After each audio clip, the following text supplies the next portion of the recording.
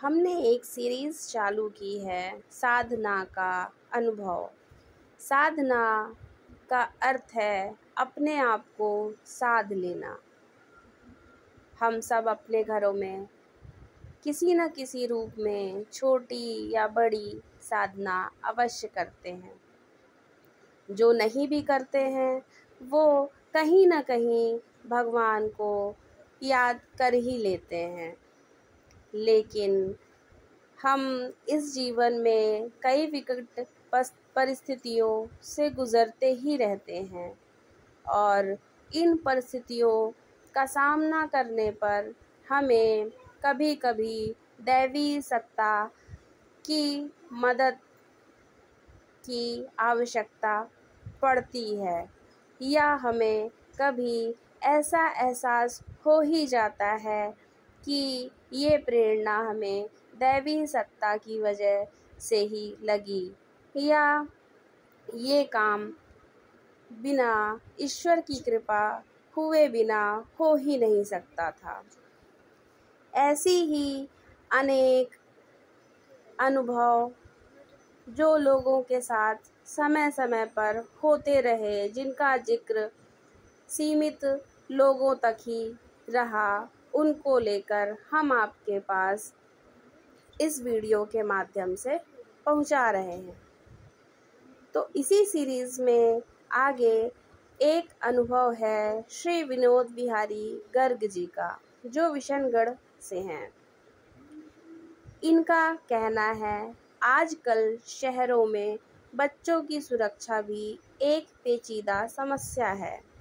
लड़के स्कूल में पढ़ने जाते हैं, वहाँ कोई जन्मजात दुष्ट प्रकृति के ऐसे लड़के मिल जाते हैं जो अपनी बदमाशी का प्रभाव दूसरों पर भी डालते हैं। छुट्टी के समय ये बुरे लड़के भोले भाले लड़कों से दोस्ती गांठते हैं और उन्हें अपनी बुराइयां सिखा देते हैं।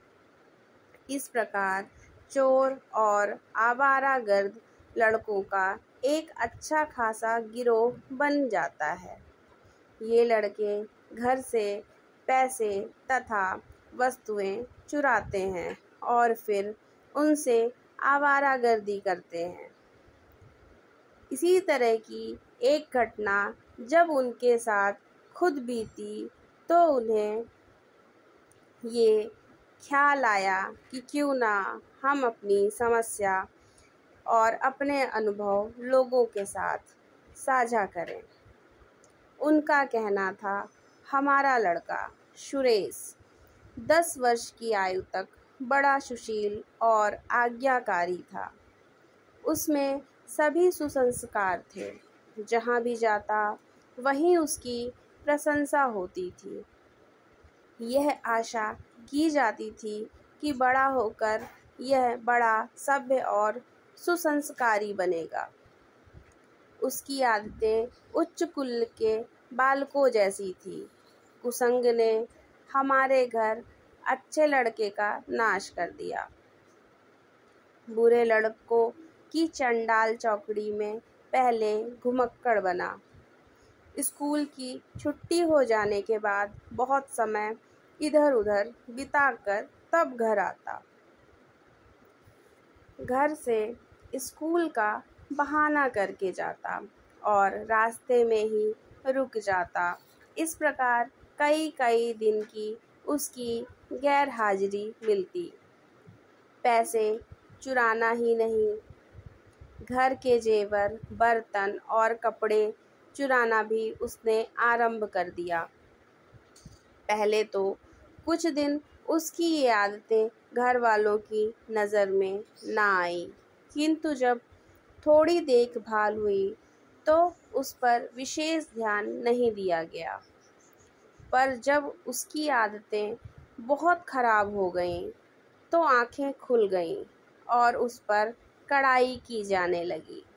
मारपीट, धमकाना, समझाना, नाराजगी, सभी उपाय काम में लाए गए, पर सुधार होना तो दूर, वह उल्टी नई शरारतों पर उतर आया। अब वह 14 वर्ष का हो गया था।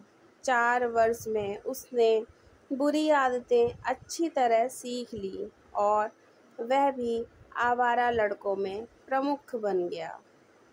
मोहल्ला पड़ोस की शिकायतें उसके संबंध में आने लगी।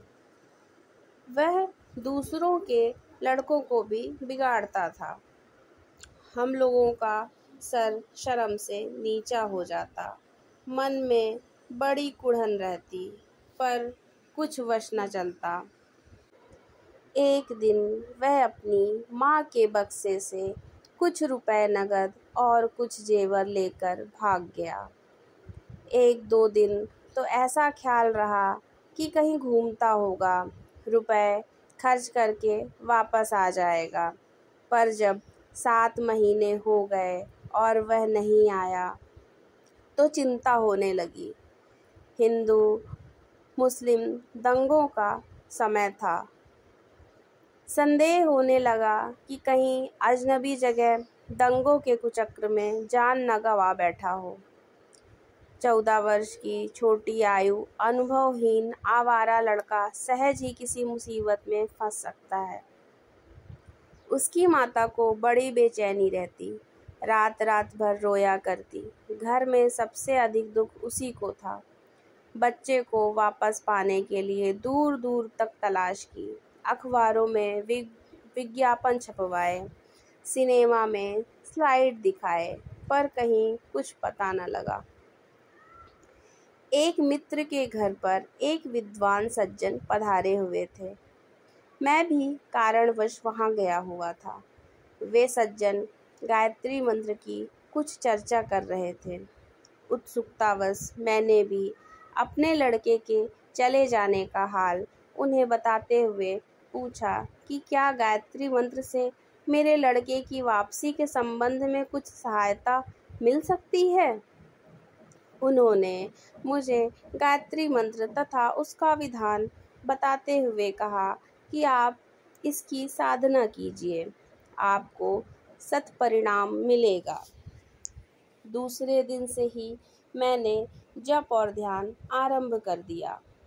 मन ही मन कुछ ऐसा आभास होता था कि उस साधना से बच्चा अवश्य लौट आएगा। 21वें दिन देखा तो लड़का अपने आप घर आ गया। उसका बुरा हाल हो रहा था। घर आते ही फूट फूट कर रोने लगा। हम लोगों की भी छाती भर आई और उसे सांत्वना देते हुए कहा कि जो हो गया उसकी चिंता मत करो, अब भले लड़कों की तरह घर में रहो। लड़का परदेश की अनेक ठोकरें खाकर अक्ल सीख आया था। तब से वह अच्छे आचरण से लगा रहने लगा और सब बुरी आदतें छोड़ दी। सुरेश ने बताया, मैं अपने साथियों सहित कई शहरों में घूमता रहा, कहीं मजूरी, कहीं चोरी, कहीं खामना आदि करके पेट भरता रहा। जिस दिन यहाँ आया हूँ उससे 14 दिन पहले हर रात में एक भयंकर स्त्री स्वप्न में दिखाई पड़ती थी और पीठ में चाबुक जमाती हुई कहती थी कि सीधे घर चलो, नहीं तो तुम्हारी खैर नहीं। कई रात तो मुझे बड़ा डर लगा और बैठकर जागते हुए समय निकालना पड़ा। रोज के ऐसे भयंकर दृश्यों से भयभीत होकर मैं घर वापस आया हूँ। बच्चे को स्वप्न में त्रास देखकर उसे घर लाने वाली शक्ति कौन थी, इस पर अधिक विचार करने की आवश्यकता नहीं। निश्चय ही वह गायत्री माता थी। उसने न केवल बालक को घर ही ला पटका, वरन उसकी बुद्धि भी सुधार दी। सुरेश की माता उसी दिन से श्रद्धापूर्वक गायत्री जप करती हैं। मैं भी थोड़ा बहुत कर ही लेता हूँ। ऐसी ही अनेक अनुभव भरी बातें, अनेक अनुभव लेकर हम फिर हाजिर होंगे अपनी अगली वीडियो में।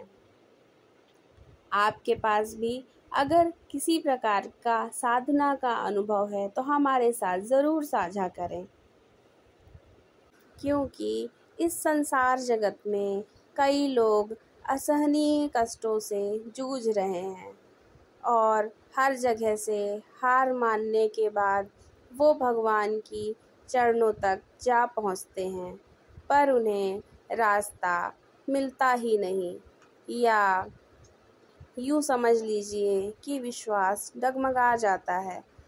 ऐसी ही विश्वास को दृढ़ निश्चय करने वाले साधना के कई अनुभव हम इस वीडियो के माध्यम से आप तक पहुंचाते रहेंगे, ताकि ऐसा ही लाभ कई अन्य परिजनों को मिलता रहे।